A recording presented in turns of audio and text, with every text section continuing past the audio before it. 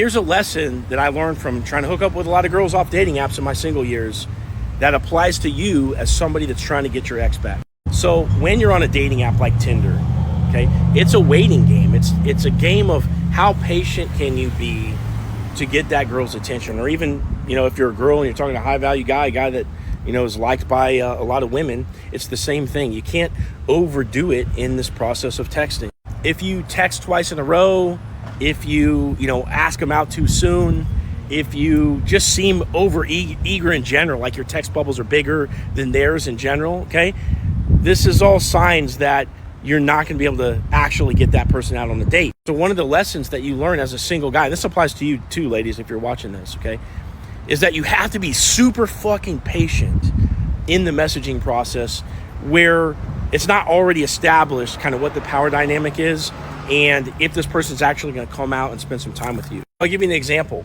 If I'm a single guy on Tinder and I banter back and forth with a girl that I'm interested in, 5 to 10 texts, which is about average to grab a phone number, and then I finally go in for the number close. So I'm like, hey, shoot me your number. If that girl doesn't send it, if I say anything else after I ask for the number and she hasn't complied yet, I'm done.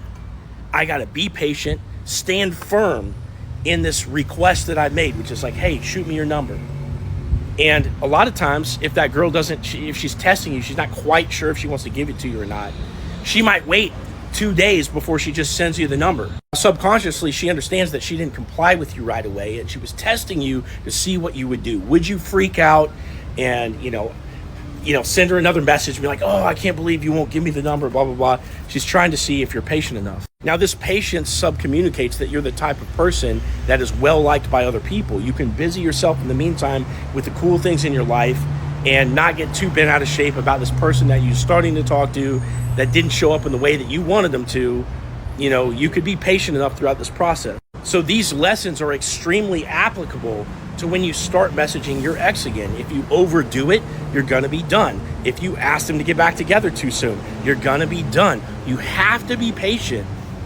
And when you're contacting them, when you're messaging them, you wanna show up and be fun and really just no strings attached. You're not trying to manage their perception of you. You don't need any kind of outcome to happen. You're just showing up, having a good time, and letting things take their course until the point where that person wants to get back together with you again. Now, I've been playing this cat and mouse game online for the last 6 years. First 2 years, me trying to meet women for myself, and then the last 4 years coaching other people on how to get out there into the dating world and also how to get their exes back. And if you want my help, click my profile picture and click this link down here.